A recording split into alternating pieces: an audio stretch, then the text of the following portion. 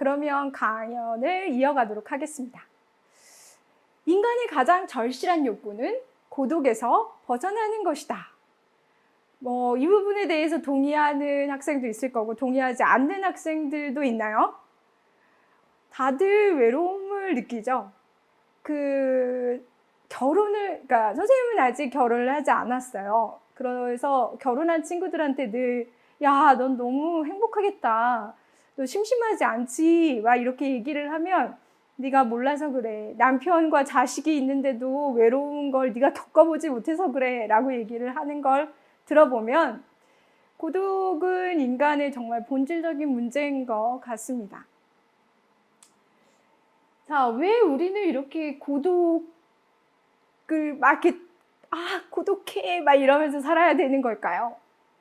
플라톤의 향연에서 아리스토파네스는 사랑을 인간이 자신의 본연의 모습을 회복하려는 시도라고 말해요. 그러니까 이제 플라톤이 향연을 열었는데 여러 사람들이 와서 이것저것 얘기를 하거든요.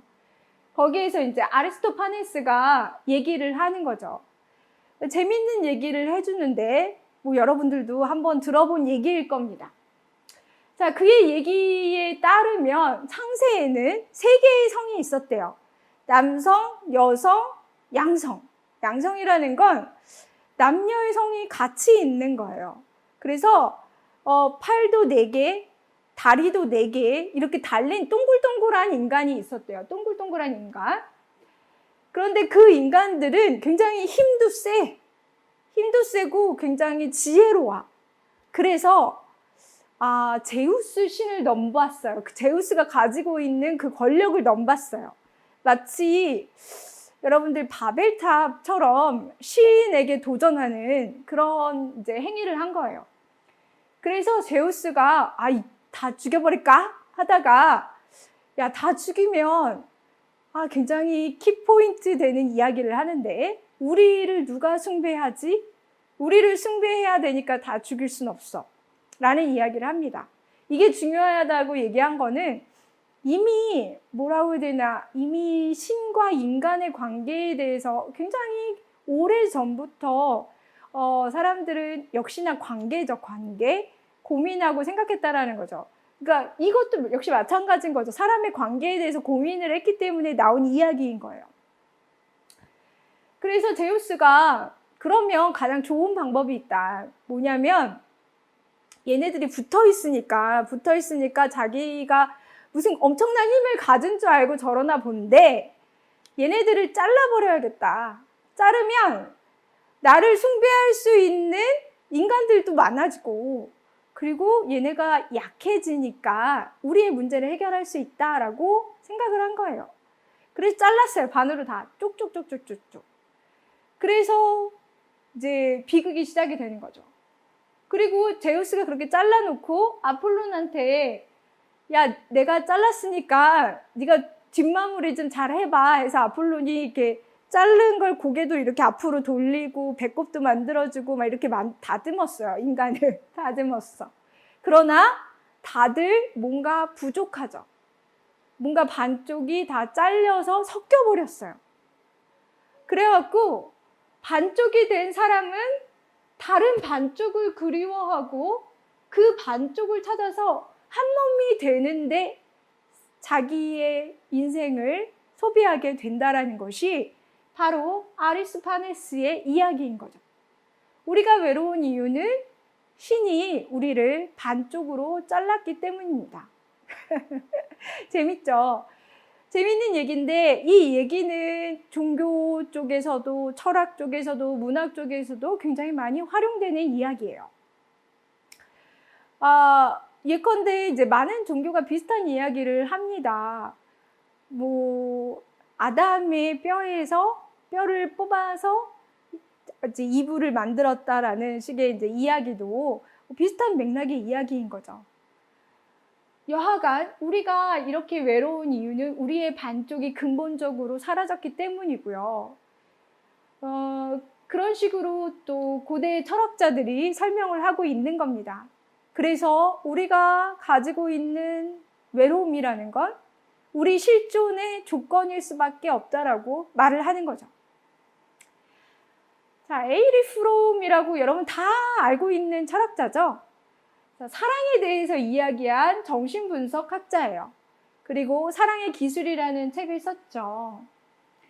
사랑은 기술이다 라고 하면서 우린 충분히 사랑을 학습할 수 있고 그리고 기술적으로 사랑할 수 있다라고 아주 긍정적인 이야기를 한 정신분석 학자입니다. 이 학자 역시도 인간이 느끼는 모든 불안은 분리불안으로부터 온다고 말을 합니다. 분리불안. 발음하기가 좀 어려웠는데 분리불안. 자, 일단 가장 근원적인 분리불안이 뭐가 있어요? 아기가 엄마의 자궁에서부터 나오는 거죠. 그렇게 엄마로부터 분리되는 그 순간. 물론 이제 아기가 엄마와 떨어졌다라고 느끼는 걸 한참 후에 느낍니다. 그 순간부터 느끼는 공포와 불안은 엄청난 거죠. 그래서 어떤 아기는 그 분리불안 때문에 굉장히 고통스러워하고 잘 그 단계를 넘기지 못하는 아이들도 종종 있어요. 여하간 이 분리불안은 아기 때 그렇다고 끝나는 것이 아니라 평생을 간다라는 얘기인 거예요. 그래서 이 분리불안을 해결할 수 있는 최선의 방법을 찾아야 되는데 그게 바로 사랑이라는 거죠. 사랑을 통해서 우리는 인간 근원적인 고통을 해결할 수 있다라고 에이리 프롬은 생각을 했던 거예요. 그런데 그냥 막무가내 사랑이 아니라 사랑의 기술을 터득한 사랑이야말로 우리에게 해결책이 될 수 있다라고 제시를 한 거죠.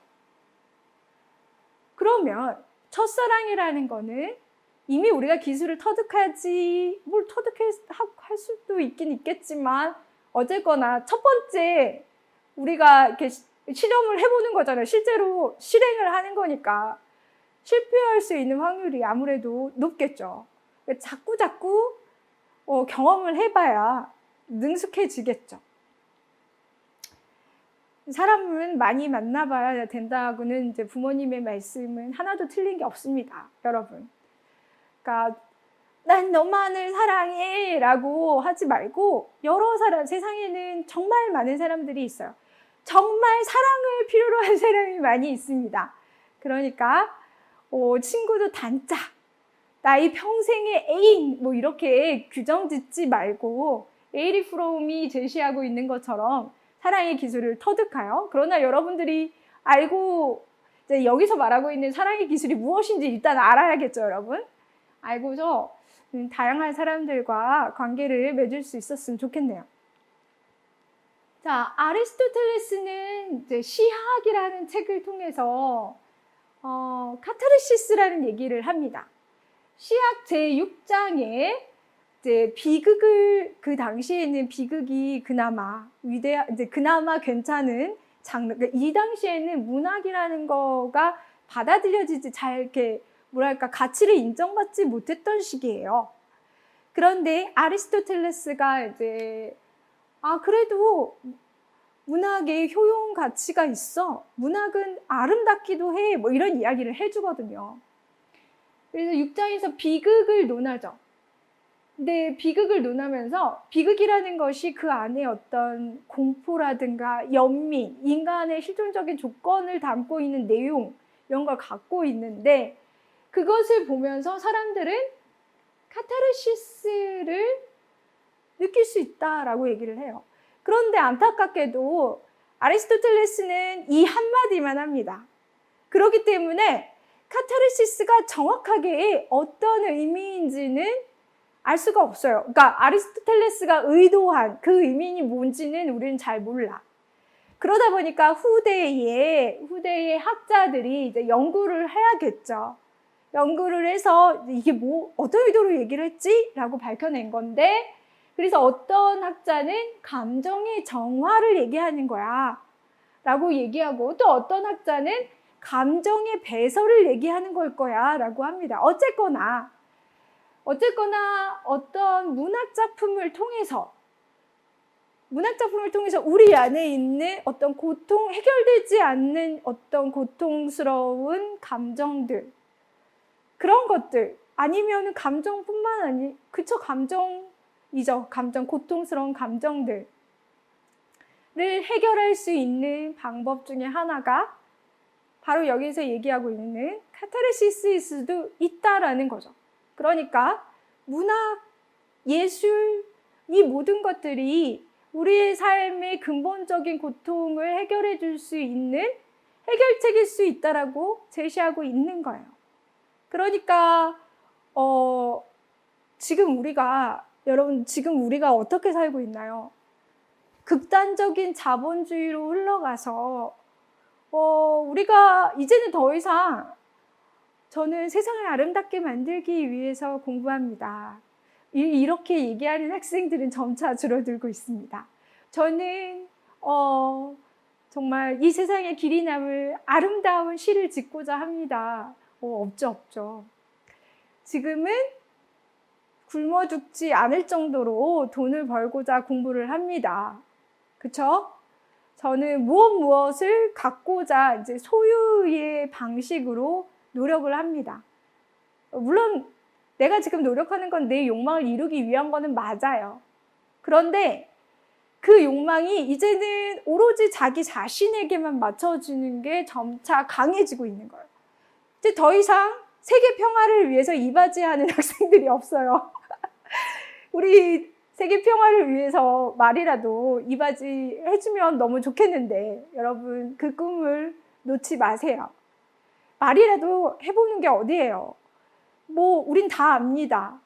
나중에 우리 인생은 우리 뜻대로 되지 않을 수도 있다라는 걸. 그러나 꿈이라도 가져보고 마음이라도 가져보면 내가 이루는 작은 세상에서 어떤 기적을 이룰지 누가 압니까? 여하간 그런 뒷받침을 해주는 게 바로 문학이고 예술이 아닌가 생각이 들어요. 그런데 그것이 돈으로 환산이 잘 안 되다 보니까 사람들이 등한시하게 되고 안 돼, 그거는 지금만 그런 것도 아니에요. 옛날에도 그랬어요. 네가 글 써서 뭘 어떻게 살겠다고 하면서 옛날에도 소설가들이라든가 선생님 저 글을 쓰겠어요 라든가 아버지 저는 시인이 되겠어요 하면 한 대 맞고 막 이런 소설도 많이 읽었던 것 같아요. 직접 보지는 못했고 경험해보지 못했지만 그런 소설들이 있잖아요. 그런 일이 있지 않았을까요? 여하간 문학이라든가 예술은 언제나 박해를 받아왔습니다. 그러나 없어서는 안 되는 걸 알고 있기 때문에 지금까지 유지되고 있는 거겠죠. 또 하나, 사람들은 정말 이상한데 그런 욕구를 가지고 있어요. 뭔가 나를 표현하고 싶고 그리고 나를 드러내고 싶은 그런 욕구를 가지고 있단 말이죠. 글을 통해서, 노래를 통해서. 이제 선생님이 이번에 이제 강연 준비를 하면서 BTS의 First Love라는 그거를 처음 들어봤어요. 물론 그 아이유의 그 러브 포엠이라는 걸 선생님 굉장히 좋아하는데 그때도 뭔가 진심이 담긴 노래는 다르다 막 이렇게 느끼면서 좋다 노래 막 이랬었는데 BTS의 First Love도 뭔가 확 그 가사가 굉장히 단순하긴 한데 뭔가 폐부를 찌르는 뭔가가 있더라고요. 감동적인 게 있더라고요. 잘 썼다고 생각합니다. 그러니까 그렇게 여러분들 모두가 사실은 잠재적인 예술가들인 거죠. 그런데 그러한 속성을 누르게끔 사회가 조장하고 있고 그렇긴 하지만 그거를 멈추게 만드는 것도 너무 무책임하긴 하지만 여러분이고 우리예요. 계속 사회를 탓하고 전 세대를 탓하고만 있을 수는 없어요. 그렇죠? 우리가 깨닫고 나아가야 됩니다. 그러기 위해서는 아리스토텔레스가 그런 가능성이 있어 라고 얘기한 것처럼 우리 많이 읽어야 되고 많이 써야 되고 많이 생각해야 합니다. 자, IT 시대, 이제 AI가 등장할, 4차 산업이 등장할 이 시기에 선생님은 말도 안 되는 소리를 하려고 해요. 뭐냐면 지금 이북도 막 퍼지고 있는 이 시기에 선생님이 종이로 된 책을 읽으면 좋다라고 얘기하려고 합니다. 미친 거죠. 하지만 여러분들이 잘 알아둬야 될 것은 종이책은 없어지지 않을 겁니다. 앞으로도. 모르죠. 이렇게 단언하면 안 되긴 한데. 왜냐하면 뭐라고 해야 되나. 왜일까요? 여러분 왜 종이책이 안 없어질까요? 앞으로도. 한번 생각해 봅시다. 왠지 안 없어질 것 같아. 이런 얘기들이 많이 있어서 그런가? 없어질지도 몰라요. 근데 종이책이 정말 없어졌을 때 그때의 사회는 어떤 모습일까 생각을 하면 또 사실은 나무를 보호하기 위해서는 종이책이 없어져야 될 것 같기도 하고 여러 가지 생각이 들긴 하지만 그러나 종이책만 갖는 그 독특한 장점이 있는 것 같습니다. 한번 살펴보도록 할게요. 자, 일단 아나이스 오히엘이라는 사람이 테가 페미나라는 잡지에서 이 잡지는 정말 우리가 그 머리하러 갈 때 미장원 같은 데 가면 잡지 막 있잖아요. 그런 류의 잡지예요. 건강 잡지죠. 자, 그래서 독서와 건강에 대해서 이야기를 하더라고요. 한번 선생님이 그 잡지를 통해서 정리를 해봤는데 독서는 뇌를 자극한다고 합니다. 그렇겠죠. 독서는 신경세포를 자극하여 기억력을 증진시키고 사고 처리에 도움을 준다고 합니다. 그래서 이 잡지를 읽으면서 선생님이 되게 재밌는 걸 발견했는데 물론 아카데믹한 잡지도 마찬가지긴 하지만 굉장히 많은 증거를 들이밀고 있더라고요. 어느 유명한 리서치를 따르면 어느 유명한 학자에 의하면 이런 얘기가 굉장히 많았어요. 우리가 한 얘기가 정말 사실이에요 라고 이제 믿게 하기 위해서는 그런 근거들을 많이 제시해야 되는 거잖아요. 여하간 우리는 그냥 얘기할 수는 없는 건가 라는 생각도 좀 들긴 했지만 그러나 이 글을 쓴 분이 굉장히 많이 공부했구나 라고 생각도 했습니다. 여하간 허핑턴 포스트에 나온 한 기사는 인지기능 저하를 막는 독서의 기능에 대해서 이야기했대요. 우리의 뇌를 건강한 상태로 유지하고 싶다면 독서를 해야 한다고 합니다. 자, 글자의 자극을 받지, 여러분 이렇게 뇌를 보면 이 뇌가 처리하고 있는 분야가 되게 다양하잖아요. 그런데 글자를 처리하는 뇌가 따로 있고 영상을 처리하는 뇌가 따로 있어요. 여러분들이 요즘은 유튜브라든가 영상을 통해서 주로 학습을 많이 하는데 그렇다면 글자를 처리하는 뇌는 점차 퇴화가 될 거예요. 그런데 글자를 처리하는 뇌는 어떤 논리적인 사고라든가 그리고 기억력이라든가 이런 것들을 이런 파트와 연결이 되어 있다고 이제 이야기를 해요. 그렇기 때문에 글자를 읽는 파트가 점차 줄어든다는 말은 무슨 말이냐면 논리적으로 정보를 처리하는 능력이 줄어들 뿐만 아니라 그쵸? 그리고 우리의 기억력조차 줄어든다는 얘기예요. 실제로 여러분 이건 글자랑은 상관이 없지만 우리 전화번호 더 이상 못 외우지 않아요? 선생님도 외우고 있는 전화번호는 제 전화번호밖에 없습니다. 여러분들은 전화번호를 몇 개 외우고 있나요? 물론 전화번호를 굳이 외울 필요는 없지만 그와 유사한 어떤 카테고리, 범주에서 우린 점차 기억하지 않는 것에 익숙해지기 시작했다라는 거죠. 정보 역시도 마찬가지예요. 정보 역시도 인터넷만 치면은 다 나와 있기 때문에 우리가 굳이 어떤 작가라던가 어떤 책 제목을 외울 필요가 없는 경우가 많아져요. 그러나 인간이 더 이상 기억하는 연습을 하지 않으면은 어떻게 될까요? 인간이 사고 능력이 저하되겠죠. 자, 독서는 알츠하이머의 발병률을 낮춘다고 합니다. 내셔널 아카데미 오브 사이언스의 2001년도 조사가 이를 증명했대요. 뇌 역시도 하나의 근육이기 때문에 그것을 자꾸 쓰지 않으면 근육이 퇴화되잖아요. 안 쓰면. 마찬가지로 금방 퇴화된다고 이야기를 하는 거죠. 또 하나, 요즘 들어서 선생님이 사이코패스라는 얘기를 듣기 시작한 게 정말 얼마 안 됐어요. 사실 이지매 이런 얘기도 사실 우리 때는 없었습니다. 그런 용어 자체가 없었어요. 물론 따돌리긴 했어요. 따돌리는 게 이지매인가? 따돌림이 있긴 있었지만, 그러나 우리가 이지매하면 그 정도가 훨씬 더 강하게 느껴지잖아요. 따돌려도 나중에 밥 먹을 땐 다 같이 먹었던 기억이 나요. 선생님은 따돌림을 주로 당하는 편이고 누구를 따돌리진 않았어요. 믿어지죠? 물론 제가 다 따돌렸죠. 저 혼자 이렇게 조용히 있으면서. 여러분들도 그런 자세가 필요합니다. 내가 다 따돌리고 있다라고 생각을 해야 돼요. 혹시 너무 외롭거나 슬픈 학생들은 나는 뭐가 문제지? 라고 생각하지 마세요. 내가 뭐가 부족하지? 우리 집이 부자가 아니라서 그런가? 아니면 내가 안 예뻐서 그런가? 이런 생각은 정말 부질없고 잘못된 생각입니다.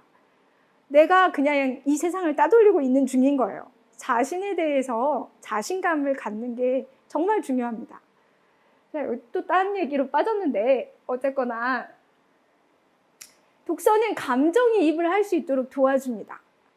그러니까 사이코패스가 언제부터 나온 얘기인지는 모르겠지만 갑자기 등장을 해서 그전에는 잘 보이지도 않았던 용어인데 요새는 너무나 쉽게 너 사이코패스냐? 라는 얘기 쉽게 하잖아요. 드라마에도 많이 나오고. 그리고 마치 사이코패스가 또 멋지게 미화되기도 하죠. 실제로 이 얘기가 나오게 된 이유 중에 하나는 우리가 서로를 소외시키면서 나오기 시작한 것 같아요. 사이코패스의 특징은 타인에 대해서 공감하지 못하는 사람을 말합니다. 타인의 감정이라던가 타인의 어떤 상태를 조금 더 공감하지 못하는 거예요. 사이언스 매거진 2013년 편의 기사에 의하면 독서는 공감 능력을 발전시킨다고 합니다. 독서는 등장인물들의 생각과 감정에 대한 공감을 통해서 타인의 생각과 감정도 공감할 수 있는 거예요. 그러니까 일종의 연습인 거예요. 상대방을 이해하는 연습. 그리고 나를 분열시키는 연습. 나를 분열시킨다는 게 뭐냐면 나를 객관적으로 놓고 생각할 수 있는 연습인 거죠. 그러니까 어떨 때는 소설을 읽으면서 내가 주인공 같아. 그러나 책을 덮는 순간에 난 더 이상 그 주인공이 아닌 거죠. 근데 나는 그 주인공이 되고 싶을 때 나의 자아는 분리되기 시작을 합니다. 왜 나는 그 주인공이 되지 못하는가? 그러면서 자기를 돌아보는 거죠. 그리고 소설에서 너무나 슬픈 장면을 봐. 여러분 혹시 책을 읽으면서 울어본 적 있나요? 울어봤겠죠. 텔레비전 보면서도 울고. 그게 공감인 거죠. 그거를 못하는 사람을 우리가 사이코패스라고 얘기를 하는 거고요. 자, 선생님이 옛날에 나의 라임 오렌지 나무라는 책이랑 홍당무. 그걸 읽고 정말 대성통곡을 했어요. 내가 바로 홍당무야. 막 이러면서 난 사랑받지 못해. 우리 가족들도 날 버렸어. 막 이러면서 막 엉엉 운 적이 있어요. 그리고 피노키오를 보면서도 울었고, 코가 이렇게 막 커질 때, 너무 슬픈 거예요. 제 코가 커지고 있구나. 막 이러면서 길어지고 있구나. 막 이러면서 막 엉엉 울었던 기억이 납니다. 어렸을 때. 그렇게 뭔가 공감을 함으로 인해서 어떤 어려움에 처해 있는 사람들의 상태를 간접적으로 체험을 하는 거죠. 그리고서는 그런 나와 좀 다른 환경에 처해 있는 사람들에게 함부로 할 수 없는, 왜냐하면 나도 충분히 그런 상황에 있을 수 있다라는 걸 어떤 예술 행위를 통해서, 독서도 일종의 예술 행위가 아닐까요? 내가 그 작품의 인물이 되는 거잖아요. 일종의 예술 행위를 통해서 사람들을 이해해 가는 거죠. 자, 종이로 된 책을 읽는 편이 이해력 증진에 도움이 된다라고 보세요. 노르웨이에서 실시했다잖아요. 노르웨이에서 실시한 연구를 통해서 밝혀졌다고 합니다.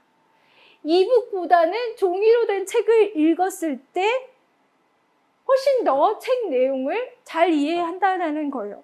근데 선생님 정말 느껴요. 이북을 통해서 책을 읽으면 이렇게 뭔가 정리가 잘 안 돼요.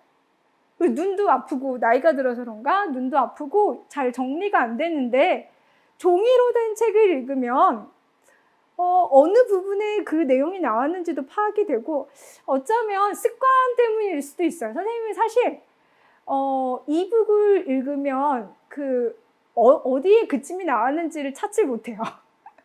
몇 페이지였는지 기억을 못해요. 종이는 기가 막히게 기억을 하는데, 그게 제 생각에는 촉감의 문제인 것 같아요. 그러니까는 단순히 눈으로만 책을 읽는 게 아니라 어떤 촉감을 활용해서 넘기잖아요, 장을. 그래서 내 촉감이 기억을 하는 거죠. 그러니까 어떻게 본다면 전인적으로 작품과 내가 관계를 하는 거죠. 냄새도 있고, 사실은 종이마다 냄새가 좀 다르잖아. 어떤 종이는 쾌쾌한 냄새가 있고, 어떤 종이는 약간 본드 냄새 같은 것도 나고, 어떤 냄새, 시각적인 거, 이 모든 것들이 함께 하니까. 그런데 이북은 내가 만질 수도 없고 터치를 하는 거죠.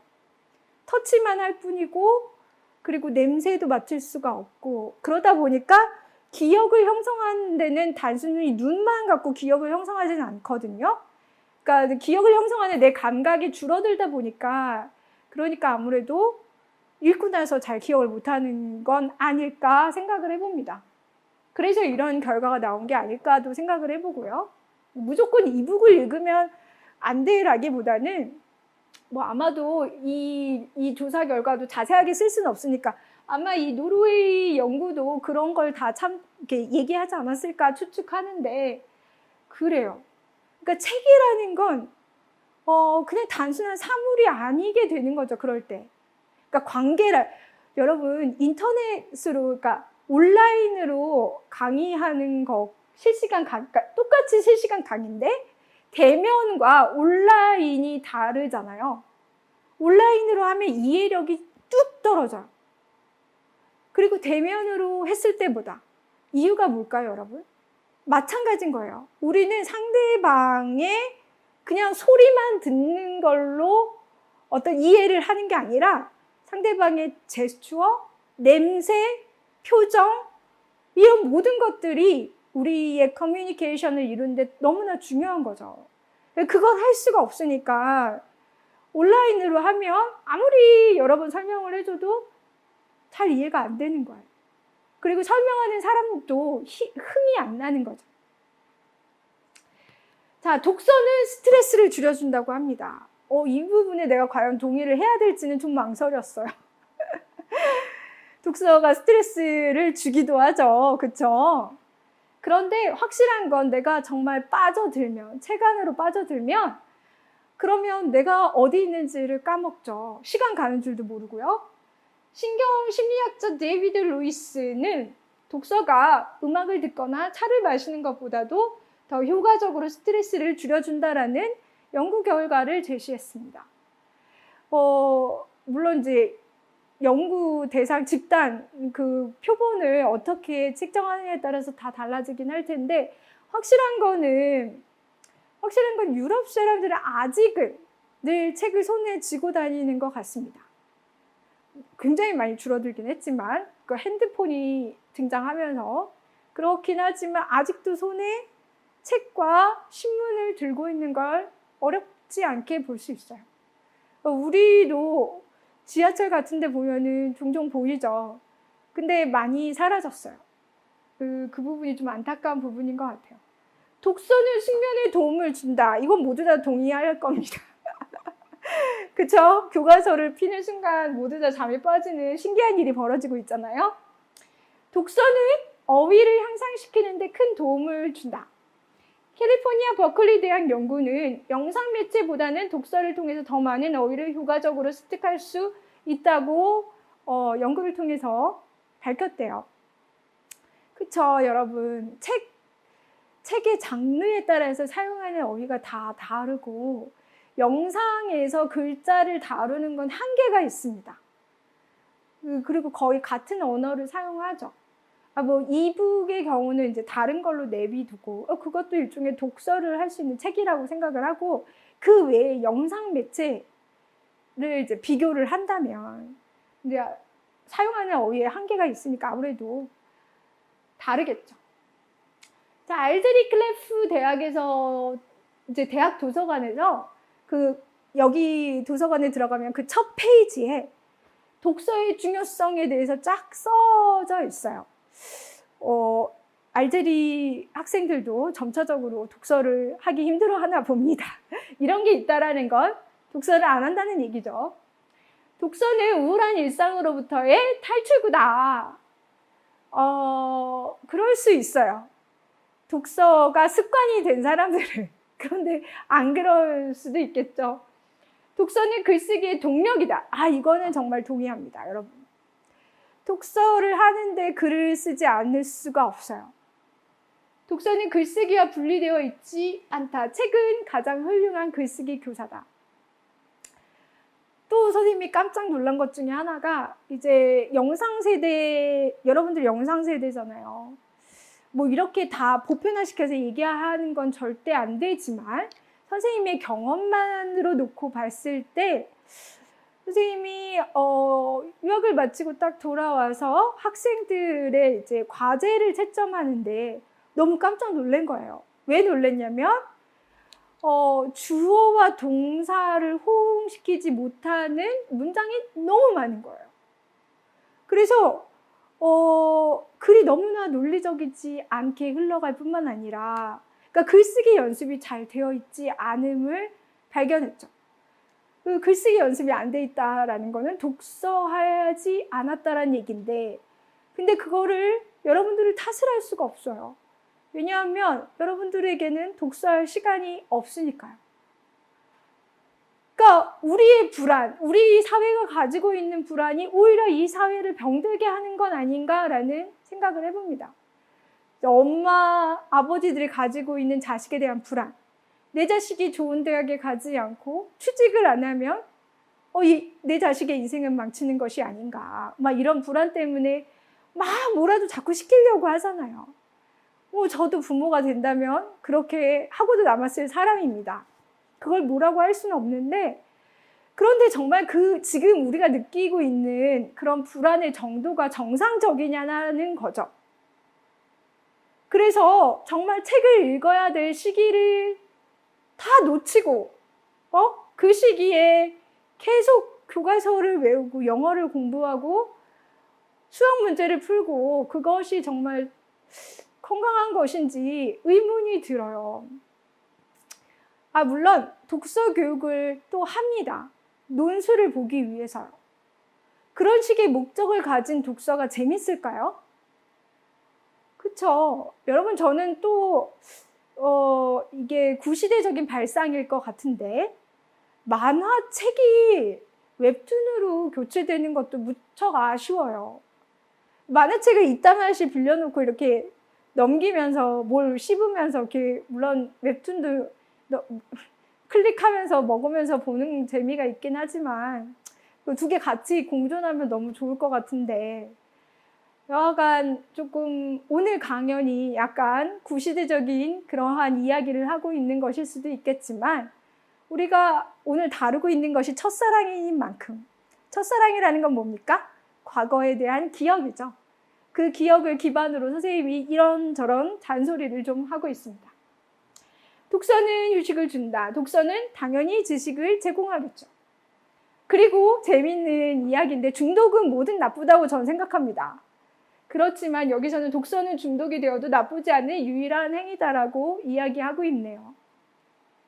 중독될 정도로 책을 읽은 사람을 주변에서 본 적이 없어서 선생님도 마찬가지고 독서에 중독된 사람의 증상이 어떤지 궁금하긴 하지만 그러나 중독은 그 무엇도 좋지 않다라고 저는 생각합니다. 적절히 해야죠.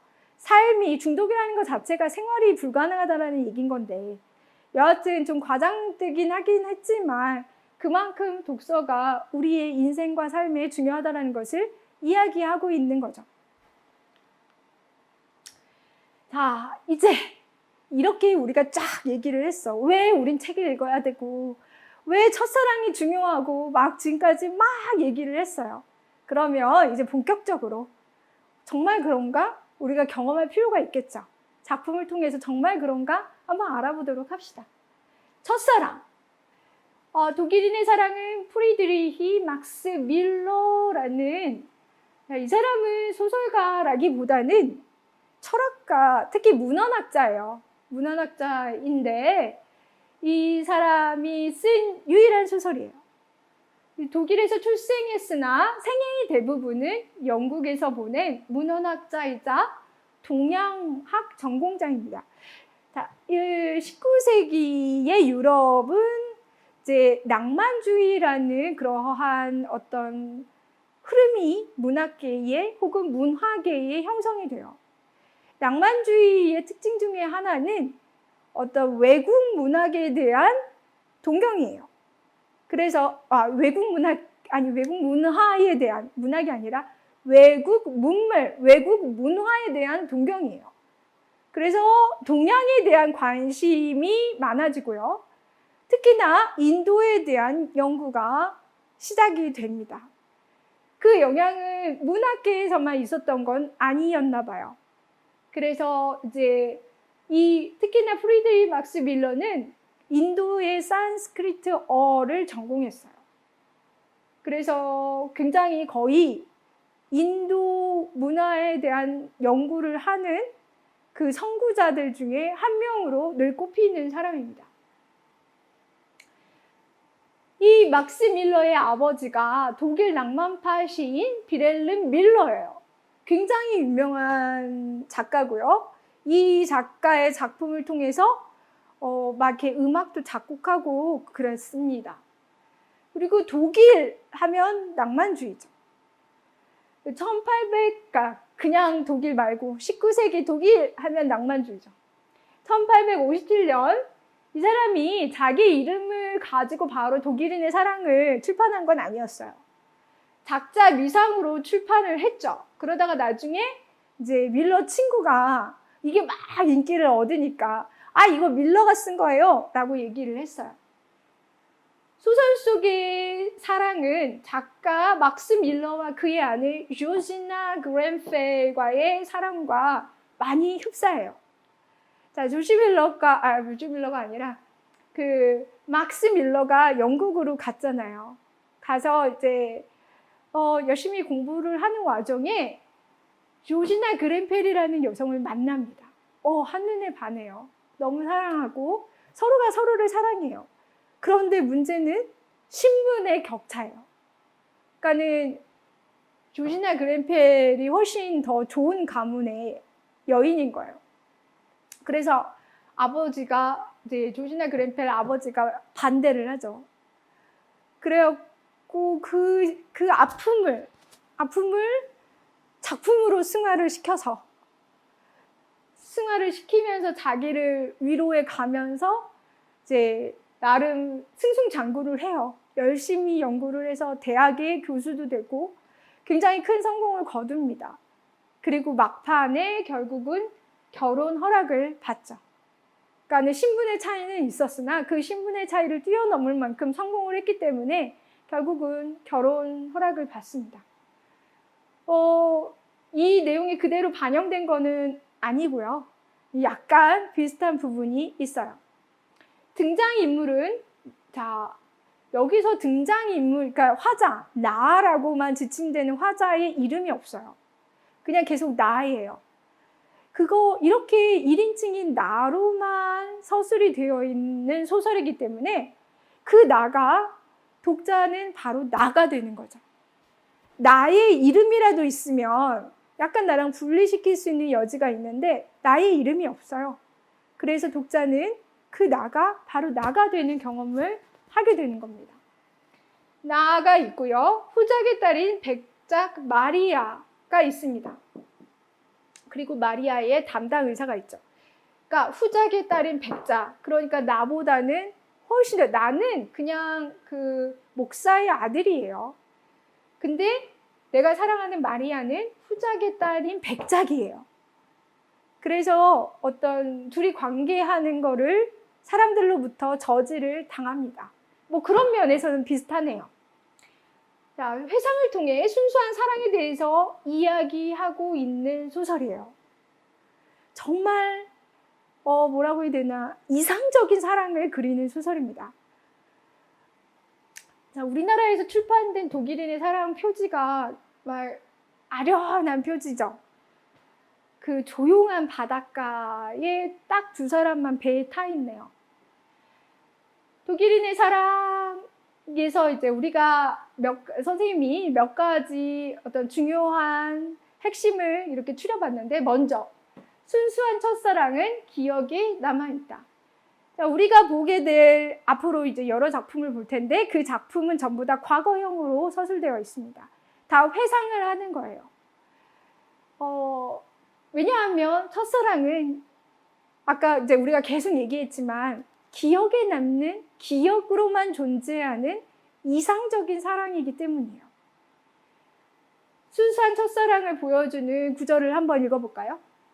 하지만 인생의 봄을 돌이켜 생각해보는 것은, 그의 내면을 돌이켜 들여다보는 것은, 회상을 해본다는 것은 정말 아름답지 않은가? 그렇다. 후덥지근한 인생의 여름에도, 우중충한 인생의 가을에도, 차가운 인생의 겨울 여기저기에도 봄날은 있다. 이 봄날이야말로 첫사랑을 대변해 줄 수 있는 가장 적절한 표현일지도 모릅니다. 자, 여기도 얘기했듯이, 여기도 얘기하잖아요. 자, 후덥지근한 인생, 우중충한 인생, 차가운 인생을 버티게 해주는 건 내가 과거에 가지고 있었던 한 따뜻한 봄날이라는 거예요. 사랑은 인생이다. 우리는 서는 것과 걷는 것을 배우고 말하는 것과 읽는 것을 배우지만 우리에게 사랑을 가르쳐주는 사람은 아무도 없다. 또 사랑을 안 가르쳐준다고 계속 얘기하네요. 사랑은 마치 인생처럼 우리들의 것이다. 그렇다. 그래서 사람들은 사랑이 우리 존재의 가장 깊은 밑바탕이라고 말한다. 햇빛이 없으면 꽃을 피울 수 없다. 그리고 사랑 없이는 사람이 살아갈 수 없다. 정말 아름다운 구절들 아니에요? 여기 사랑 예찬을 하고 있습니다. 우리 인생은 이러한 사랑이 없으면 정말 암흑에 불과하다라는 이야기를 하고 있죠. 독일인의 사랑에서 또 이야기하고 있는 것은 사랑을, 충만한 사랑과 궁핍한 사랑을 구분하고 있는 거예요. 어린아이의 내면에서 깨달은 동경, 그 동경이야말로 가장 순수하고 가장 깊은 사랑이다. 그것은 모든 세상을 포함하는 사랑이다. 그것은 헤아릴 수 없는 사랑이고 무엇으로도 깊이를 측량할 수 없는 마르지 않는 원천의 깊은 샘물이다. 그것을 아는 자는 사랑에는 어떠한 척도가 없고 많고 적음이 없고 누구를 사랑하면 그저 모든 마음과 모든 영혼 그리고 모든 힘과 모든 정성으로 사랑할 수 있다는 것을 안다. 자, 여기 나오는 모든 마음과 모든 영혼, 모든 힘과 모든 정성은 성경에 나오는 구절이에요.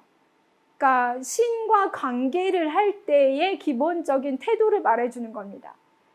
그러니까 여기서의 사랑은 거의 신과의 관계를 하는 것과 비교되고 있는 거죠.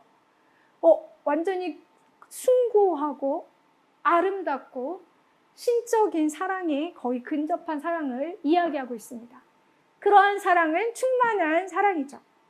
그런데 세상에는 충만한 사랑만 있는 게 아니라 궁핍한 사랑도 있다라고 이야기를 하는 거예요. 우리 인생의 여정이 채 절반도 완성되기 전에 이러한 사랑은 얼마나 조금밖에 남아있지 않게 되는가. 그렇죠. 그러니까는 이러한 충만한 사랑은 우리가 나이가 들면 할 수 없다라는 겁니다. 나이를 먹으면서 우리는 이러한 충만한 사랑으로부터 벗어나게 된다는 거죠. 사랑의 우물은 덮이고 세월과 더불어 아주 파묻혀버린다. 우리의 눈은 더 이상 빛을 발하지 않고 심각하고 힘이 빠진 우리는 소란스러운 거리를 서로에게 눈길도 주지 않은 채 그냥 스쳐 지나갈 뿐이다. 이제 관계의 어려움이 만들어지는 거죠. 그 물방울들을 우리는 아직도 사랑이라고 부른다. 그러나 그 사랑은 더 이상 순수하고 완전하며 충만한 어린아이의 사랑이 아니다. 그 사랑은 장렬한 불꽃과 타오르는 격정의 불이다. 그 사랑은 헌신하는 사랑이 아니라 갈망하는 사랑이다. 자기 위주의 자포자기의 사랑인 것이다. 그 사랑을 시인들이 노래하고 애송이들과 소녀들이 동경한다. 우리 모두는 한때 이러한 폭죽을 영원한 사랑의 햇살이라고 믿었다. 그러나 햇살이 맑으면 맑을수록 이어지는 밤은 더욱더 캄캄하다. 자, 충만한 사랑과 궁핍한 사랑이 차이를 분명하게 이야기하고 있죠. 어떤 막 타올랐다가 금방 꺼져버리는 사랑은 충만한 사랑이 될 수가 없는 거예요. 그거는 정말 뭔가 한 명과 한 명이 합의를 이루는 사랑이 아니라 나만의 욕구를 채우기 위한 이기적인 사랑일 뿐이라고 이야기하고 있습니다. 진정한 첫사랑은 서로에게 완벽한 아름다움을 느끼는 온전한 합일이다. 네, 나는 말할 수 없는 경이로움만을 느낄 뿐이었다. 상대에게 경이로움을 느꼈대요. 그녀는 내가 찾았고 생각했고 희망했고 믿었던 모든 것이었다. 전부라는 거죠. 그것은 우리를 황홀하게 만드는 한 사랑스러운 소녀와의 첫 만남이 선사하는 순식간에 사라져버리는 봄꽃과도 같은 그런 아름다움이 아니었다. 자, 보통 이 봄꽃과도 같은 아름다움은 아름다운 여성이 등장하고 그 아름다운 여성에게 반하는 것으로 시작이 되죠. 그러나 지금 독일인의 사랑에서 말하고 있는 사랑은 그렇게 뭔가 갖고 있어서 어떤 대상이 있어서 사랑하는 것이 아니라는 거예요. 그러니까 내가 기대하는 사랑에 딱 맞는 대상이 등장해서 사랑하는 그런 사랑이 아니라는 거죠. 그 아름다움은 육체와 영혼의 완전한 융합이었다. 참된 아름다움은 추한 그 자체를 아름다움으로 만드는 정신의 현재이다. 그래요, 여러분. 진정한 아름다움이라는 것은 이미 준비된 아름다움이 아니라 만들어지는 아름다움이라는 거죠. 여기서 만들어진 아름다움이라는 것은 정신의 융합을 통해서 아름다워지는 거죠. 그대가 반지를 나에게 선사하고 싶으면 그대는 반지를 가지고 있어야 합니다. 왜냐하면 그대의 것이 곧 나의 것이니까요. 라고 얘기하고 있어요. 그녀는 내가 대화하는, 내 대신 나와 대화하는 나의 또 다른 나였다. 완전한 합일이 이루어진 거죠. 나의 모든 생각은 나도 모르게 그녀와의 대화가 되어 있었다. 그리고 내 안에 들어있는 모든 선함, 내가 노력하고자 하는 전부, 내가 믿는 전부, 나의 좋은 것은 전부 다 그녀에게 속했다. 너무 이상적이고 아름다운 얘기가 막 폭포수처럼 쏟아지고 있습니다. 여러분들이 나중에 따로 읽어보길 바랍니다. 자, 이 독일인의 사랑이 순수하고 아름답게 남겨질 수 있는 이유는 주인공 마리아의 죽음 때문입니다. 내용을 얘기를 안 해줬네요. 줄거리는 간단합니다. 나가 그 귀족 댁에 놀러 가서 마리아라는 여자를 만납니다. 자기보다 연상의 아이예요. 나이가 좀 많이 연상의 아이인데 아파요. 아파서 언제 죽을지 모르기 때문에 사람들이 정말 깨질세라 이렇게 이렇게 늘 시종들이 들어왔다가 들어가고, 그러니까 본인이 직접 걷지도 못하고 늘 뭔가 어딘가 아파 있어요. 파리한 여인이죠. 그러다가 이제 주인공이 성장하고 나서 마리아를 다시 만나게 되고 여러 가지 이야기를 나누면서 사랑이 확장되는 겁니다. 그러다가 그 잦은 만남 때문에 이제 이야기가 돌게 되는 거죠. 둘이 연애를 한대.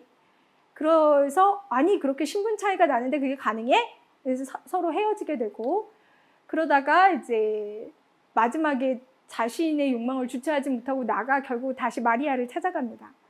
사랑의 욕망을 주체하지 못해서.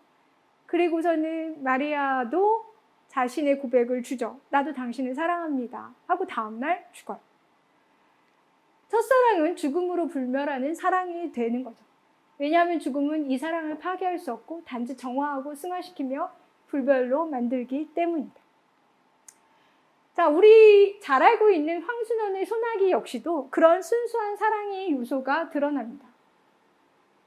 황순원에 대해서는 여러분들이 익히 잘 알죠. 여기에도 몸이 약한 소녀가 등장하죠. 자, 황순원의 소나기에 보면은 자신도 모르게 순식간에 찾아오는 첫사랑을 보게 되죠.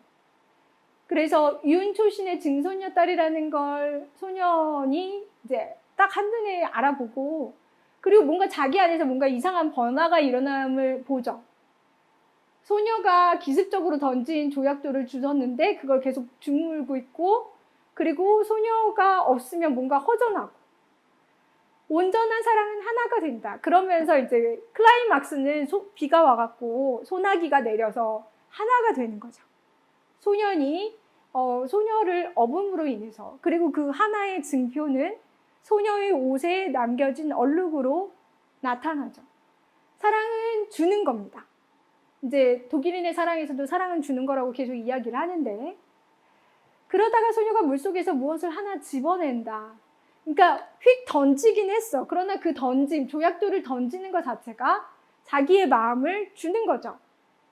그리고 또 하나는 그 소년이 결국은 옷이 오를지도 모르는데 가장 맛있는 호두를 그 소녀에게 주고 싶어서 호두를 따갖고 가지고 있는 것도 주고자 하는 마음인 거죠.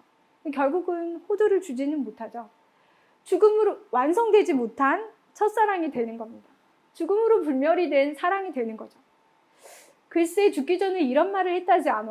자기가 죽거든 자기 입은 옷을 꼭 그대로 입혀서 묻어달라고.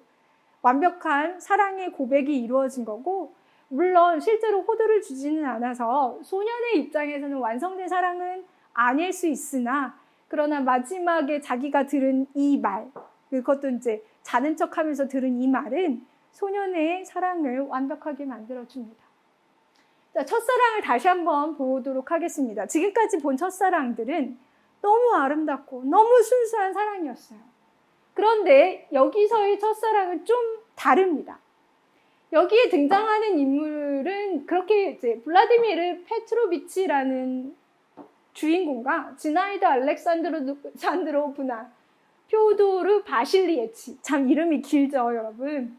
자, 페트로비치랑 지나이더, 이 둘의 관계를 이제 다루고 있는 거죠. 이 페트로비치는 이제 16살 청소년기에 접어든 소년이에요. 그리고 결국은 첫사랑에 실패하고 맙니다.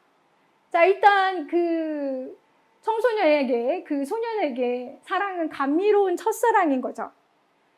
그녀의 얼굴은 어제보다 훨씬 더 아름다워 보였다. 아름다움이 반하기 시작한 겁니다. 이미 존재하고 있는 대상을 사랑하고 있는 거죠. 그녀는 내게 가장 소중하고 가까운 존재가 되었다고 합니다. 그리고서는 그토록 감미로운 거예요. 그녀로부터 느끼는 모든 감각이. 내가 사랑에 빠졌구나. 여기 그녀가 있고 이것이 사랑이라는 생각에 마음이 오싹해졌다.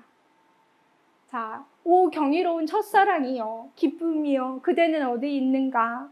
그대는 어디 있는가? 라고 찾고 있어요. 자, 이러한 첫사랑을 느꼈는데 그 첫사랑이 우리가 지금까지 봤던 잔잔하고 합의를 이루려고 하는 첫사랑이 아닙니다. 격동하는 첫사랑이에요. 그래서 고통의 질투와, 그리고 뭐라고 해야 되나, 분노를 그 마음에 갖게 되죠. 그래서 자기의 연적을 죽이려고 하기까지 합니다. 그런데 그 연적이 누구냐 하면 자기 아버지인 거예요. 정열적인 사랑을 보여주죠. 자, 그 여주인공이 바로 그 정열적인 사랑을 보여줍니다. 자기의 신분에도 불구하고 불륜을 저지르거든요. 그러면서 이제 주인공이 그거야말로 희생적인 사랑이 아닐까? 정열의 사랑이 아닐까? 헌신이 아닐까라고 이야기를 합니다. 그러나 결국은 이 소설에서는 이렇게 이야기를 하죠. 그런 그물로부터 사랑이라는 그물을 찢고 나오도록 해야 된다라고. 다시는 그런 것에 걸려들지 말라고.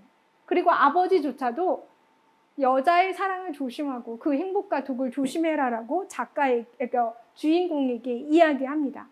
자, 이 소설 역시도 투르게네프라는 작가의 어떤 자전적인 내용이 좀 많이 반영이 되어 있어요. 이렇게 이루지 못한 첫사랑이 남긴 것은 그래도 첫사랑이기 때문에 그 여인에 대한 몸짓, 눈길, 미소 이런 것들을 잊지 못하죠. 하지만 그건 한숨과 우울로 버무려진 첫사랑입니다.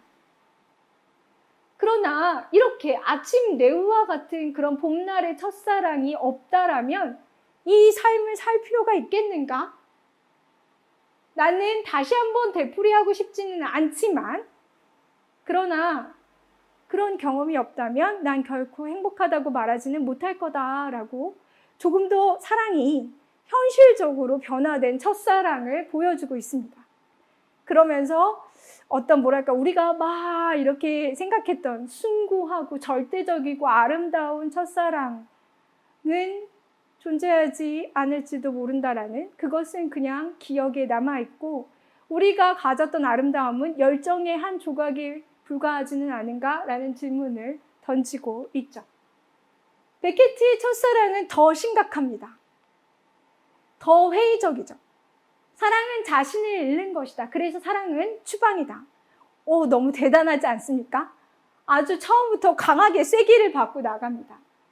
그래서 이런 이야기를 해요. 자신은 더 이상 자기 자신이 아니다. 자신이 더 이상 자기 자신이 아니라는 것은 괴로운 일이고, 무슨 말을 하든 간에 그건 자기 자신인 것보다 훨씬 더 괴로운 일이다. 왜냐하면 자신이 자기 자신이면 자신이 자기 자신인지 약간 오락가락해도 자기가 뭘 해야만 하는지 아는 반면에, 자신이 더 이상 자기 자신이 아니면 자기는 어느 누구라도 될 수 있고, 또 그럴수록 자신의 정체가 모호해지기 때문이다.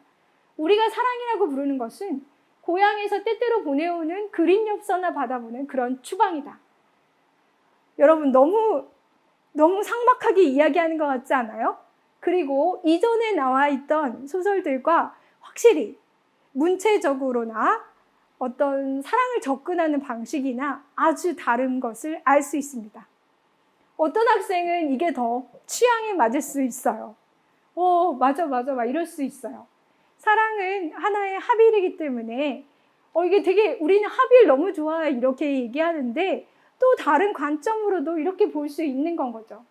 사랑을 통해서 내 자신을 잃는 일종의 추방이다라는 식으로. 그래서 그녀와의 사랑을 인정하긴 하지만 그것을 표현하는 방식은 굉장히 부정적입니다. 언제나 나를 방해한다라고 하고, 결국 사랑은 당신들을 망친다는 것, 그건 분명한 사실이다. 자, 베케트의 소설을 읽으면서 베케트 소설도 뚜르니예프의 소설처럼 이름이 확정되지 않는 나라고라고만 하는 화자가 등장해요. 그런데 뚜르니예프 소설에서의 나는 내가 확 들어갈 수 있는 어떤 현실적인 나라면, 이 나는 약간은 그거보다 극단으로 간 나를 완전히 분해시키는 나가 됩니다. 나를 완전히 객관적으로 바라볼 수밖에 없게 만드는 나가 되는 거죠. 사랑은 숭고하지도 아름답지도 지적이지도 않다. 너무 단정적인 이야기이긴 하지만, 그러나 그 이전의 경향이 사랑을 너무나, 정말 사랑은 절대적인 것, 사랑을 통해서만이 인간은 구원을 얻을 수 있는 것, 이렇게 이야기하는 것에 딴지를 거는 거죠. 다른 식으로도 생각해 볼 수 있는 거 아닐까? 라고 이야기를 하는 거죠. 그러면서 그 이전에 있었던 어떤 신적인 사랑, 그리고 완전한 사랑에 대해서 딴지를 겁니다. 일종의 신성모독을 행하죠. 어떤 식으로 하냐면, 나의 사랑이야말로 플라토닉 러브가 아니었을까? 라고 이야기를 하면서, 그렇게 보기는 어렵다. 순수하고 사심없이 그녀를 사랑했다면 암소가 싸지른 오래된 똥덩어리들에다가 그녀의 이름을 썼겠는가? 여러분, 상상을 초월한 반전이 나오고 있죠. 자, 이 주인공이 거리를 헤매다가 거리에서 이렇게 자다가 똥덩어리가 앞에 있는 거예요. 거기다 자기도 모르게 릴리라는 이름을 적습니다. 자, 그러면서 사랑에 대해서 생각을 해봐요. 정신적인 사랑이 아니라면 그녀에 대한 나의 사랑을 내가 어리석은 짓을 저르지 못하도록 미연에 방지하고 있는 지적인 사랑으로 봐야 할까? 자, 베케트는 그간 우리가 정말 이거는 여지가 없는 절대적인 이야기야 라고 생각했던 가치들을 하나씩 자기의 작품을 통해서 뒤집어 엎어버립니다. 여러분들도 모든 것들을 그냥 수용하지 말고 약간 거리를 두면서 거기서 새로운 것을 발견할 수 있도록 노력하기 바랍니다. 아무런 생각 없이 모든 걸 수용하는 건 굉장히 위험해요. 그것이 비록 천상의 사랑일지라도 우리에게 사고할 수 있는 능력이 있는 건 사고하라고 주어지는 거기 때문이니까 사용해야 돼요. 사용. 누구를 사랑하는가? 우리는 사랑하는 대상을 알고 있는가? 핵심을 찌르고 있는 거죠. 정말 앞부분에 나왔던 그런 완벽하고 순수한 사랑이 우리에게 가능해지기 위해서는 우리는 엄청난 돌을 닦아야 합니다. 어쩌면 현실적인 사랑은 바로 베케트가 제시하고 있는 질문의 사랑이 아닐까 싶어요. 우리가 지금 사랑하고 있는 사람, 우리는 알고 있습니까? 단지 나의 욕망을 투사한 존재를 사랑하고 있는 건 아닐까요? 실제로 여기에 나오는 화자는 자기가 사랑한다라고 생각하는 사람의 이름을 지 마음대로 바꿔 불러요. 그러니까 그 사람에게 이름이 필요하지 않은 거예요. 왜? 그 사람은 고정되어 있는 존재도 아닐 뿐더러 사람은 늘 변하잖아요. 그리고 내가 지금 가지고 있는 감정이 정말 사랑인지도 알 수가 없는 거죠. 이러한 회의가 삶에 무슨 필요가 있나요? 라고 물어볼 수도 있을 겁니다. 그러나 회의하지 않는 삶만큼 또 위험한 것도 없죠. 여하튼 릴리라는 이름의 실증이 나서 안느라고 부르고요. 그리고 이러한 모든 관계를 습관으로 환원시켜 버립니다. 여기서 보면 안느의 얼굴은 무수히 존재하는 다른 얼굴과 다를 바 없는 얼굴이었다라고 이야기를 합니다. 어쩌면 또 앞에서 제시한 완벽한 사랑에 근접한 접근일 수도 있어요. 사랑과 습관을 구분할 수 있는가? 그러니까 그렇죠. 정말 중요한 질문인 거죠. 사랑은 늘 아름답기만 한 건 아닙니다. 관계가 이어지니까요. 사랑은 현실적인 부조리한 결합들이다. 그래서 이 사람이 이제 이 화자가 아버지의 사랑으로부터, 아버지가 죽어서 집을 쫓겨났다라는 건 아버지의 사랑으로부터 분리되었다라는 이야기인 거잖아요. 그리고 안느의 집에 들어가서 안느와 결합을 해요. 그것도 일종의 사랑 결합의 한 형태죠. 그런데 또 다른 결합이 연이어 일어나고 있는 걸 목격하는 거죠. 견딜 수가 없는 거예요. 그 또 다른 연합이라는 것은 바로 탄생인 거죠. 결국은 이 나라는 존재는 아이의 탄생, 또 다른 사랑, 그러니까 또 다른 숭고한 사랑이 되풀이 되어야 되는 어떤 기반, 또다시 자기를 습관과 또 어떤 규범 안에 가둘 수밖에 없는 존재로부터 도망가려고 합니다. 하지만 이 사랑 안에는 좀 다른 차원의 사랑인 거죠. 책임감. 어떤 사랑의 책임감, 사랑의 의무, 그리고 사랑의 현실적인 모습, 그 모든 것으로부터 도피하는 거죠. 결국은 완벽한 도피는 불가능합니다. 왜냐하면 아기의 울음소리를 지워버릴 수 없으니까요. 끝까지 아기의 울음소리 때문에 그의 삶은 자기가 포기한 관계에서 벗어나지 못하고 계속 끊임없이 회상하게 될 것입니다. 왜냐하면 미완의 사랑이 된 거니까. 미완의 사랑인 거죠. 베케트의 작품을 이해하는 게 쉽지는 않습니다. 하지만 앞에 나와있던 사랑의 그 울리는 아름다운 음악과 비교했을 때 나름 매력적이고 그리고 가장 현실적인 질문을 던지고 있는 소설인 거는 분명합니다. 자, 시간이 됐네요. 여러분들 거의 2시간가량 첫사랑과 관련해서 이야기를 나눴는데 재미있었으면, 여러분들이 재밌게 들었었으면 하는 작은 소망이 있네요. 그래요. 여러분 이를 통해서 선생님이 제시한 작품들 한번 읽어보고 그리고 한번 첫사랑 도전해보기 바랍니다. 더불어 본인들의 첫사랑에 대해서 하나의 작은 책을 만들어 보는 것도 좋겠죠. 지금까지 잘 들어줘서 감사합니다. 감사합니다.